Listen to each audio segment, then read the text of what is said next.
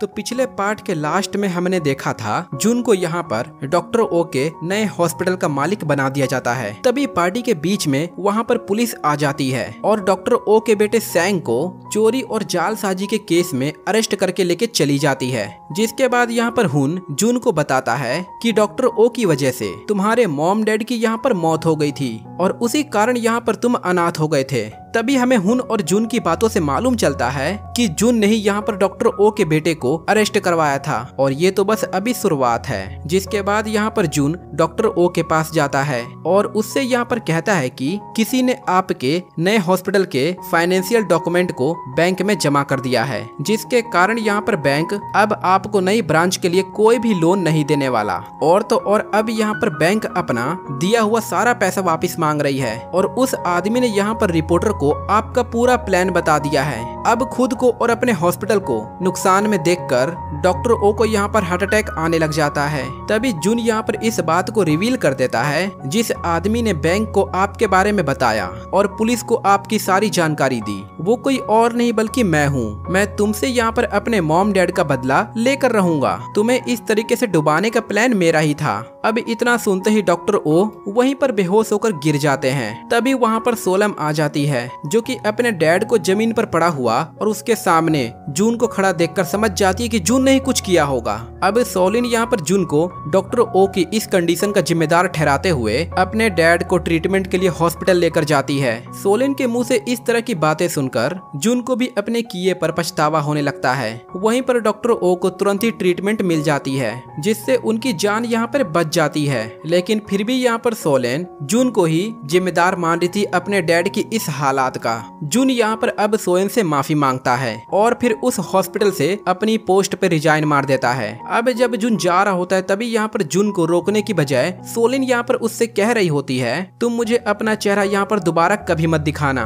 Hospital से बाहर निकलने से पहले यहाँ पर जून अपने ऑफिस में जाता है और वहाँ पर हुन होता है जहाँ पर जून हुन को बोलता है कि मेरी लाइफ में आने के लिए तुम्हारा बहुत बहुत शुक्रिया, क्योंकि डॉक्टर जून डॉक्टर ओ से बदला लेने के लिए ही डॉक्टर बना था। लेकिन हुन के आते ही उसे अपनी लाइफ में पेशेंट के इम्पोर्टेंस के बारे में पता चला। हुन यहाँ पर जून को जाने से रोकता है और उसको कहता है कि सोलेन अभी नहीं तो कुछ समय के बाद उसे यहाँ पे समझ जाएगी। लेकिन तभी जून कहता है कि मैं उस टाइम तक खुद को यहाँ पर माफ नहीं कर सकता। अब ऐसा कहते हुए जून वहाँ से चला जाता है। वहीं पर दूसरी साइड डॉक्टर ओ को होश आ जाता है। वो होश में आते ही अपनी बेटी से जून के बारे में पूछते हैं, जिस पर सोलेन यहाँ पर उनसे कहती है आप उसके बारे में क्यों पूछ रहे हैं जिसने आपकी जान लेने की कोशिश की। तभी डॉक्टर ओ यहाँ पर अपनी बेटी को बताते हैं जब उसको यहाँ पर हार्ट अटैक आया था तो जून ने ही यहाँ पर उसे सीपीआर दे के बचाया था। ये सुनते ही सोलिन को रियलाइज होता है उसने जून के ऊपर बेफालतू का गुस्सा किया। जहाँ पर सोलिन अब जून को रोकने के लिए जाती है, लेकिन तब तक यहाँ पर जून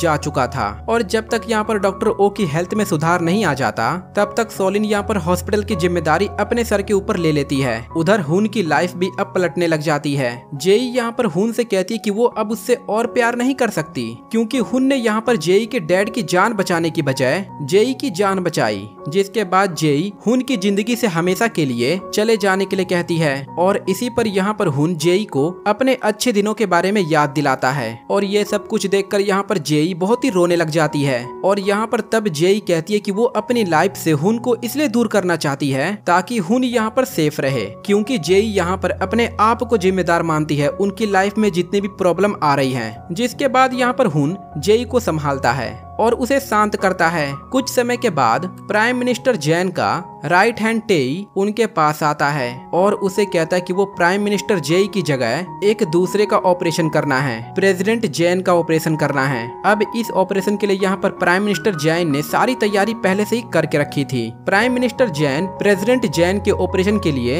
एक अच्छे से डॉक्टर की टीम चाहता है जो कि उसका कहना माने, इसलिए उन्होंने प्रेसिडेंट जैन की जगह खुद को रखकर सर्जरी के सारे इंतजाम किए। दरअसल यहाँ पर प्राइम मिनिस्टर जैन का प्लान प्रेसिडेंट जैन को ऑपरेशन के वक्त मारने का होता है ताकि जैंग यहाँ पर साउथ कोरिया का प्रेसिडेंट बन जाए। जब एक दिन प्रेसिडेंट हुन से मिलते हैं और मीटिंग होती है तो वो यहाँ पर चैन को उसी के मर्डर के बारे में बताने की बहुत कोशिश करता है, लेकिन हुन यहाँ पर प्रेसिडेंट से प्राइवेट बातें नहीं कर पाता। और जब हुन को यहाँ पर प्रेसिडेंट से बात करने का मौका मिलता है तो उन्हें प्राइम मिनिस्टर जैन आकर डिस्टर्ब कर देता है ताकि यहाँ पर हुन प्रेसिडेंट के मर्डर के बारे में उसे ना बता सके। प्रेसिडेंट जैन यहाँ पर ऑपरेशन के पहले हॉस्पिटल को चेंज करने की बहुत कोशिश करता है, लेकिन तब तक हुन ने यहाँ पर सर्जरी की सारी तैयारी कर ली थी और प्रेसिडेंट ने भी यहाँ पर हुन को अपने ऑपरेशन के लिए अपॉइंटमेंट कर लिया था। अब इस बात से यहाँ पर प्राइम मिनिस्टर जैन को बहुत ही खुशी होने लगती है, क्योंकि अब उसको यहाँ पर अपना मिशन सफलतापूर्वक होता हुआ दिखाई दे रहा था। जब प्रेसिडेंट जैन यहाँ पर हुन से अपना सिटी स्कैन करवा रहा होता है तब हुन यहाँ पर उन्हें बताता है कि आपकी हालत और ज्यादा खराब है।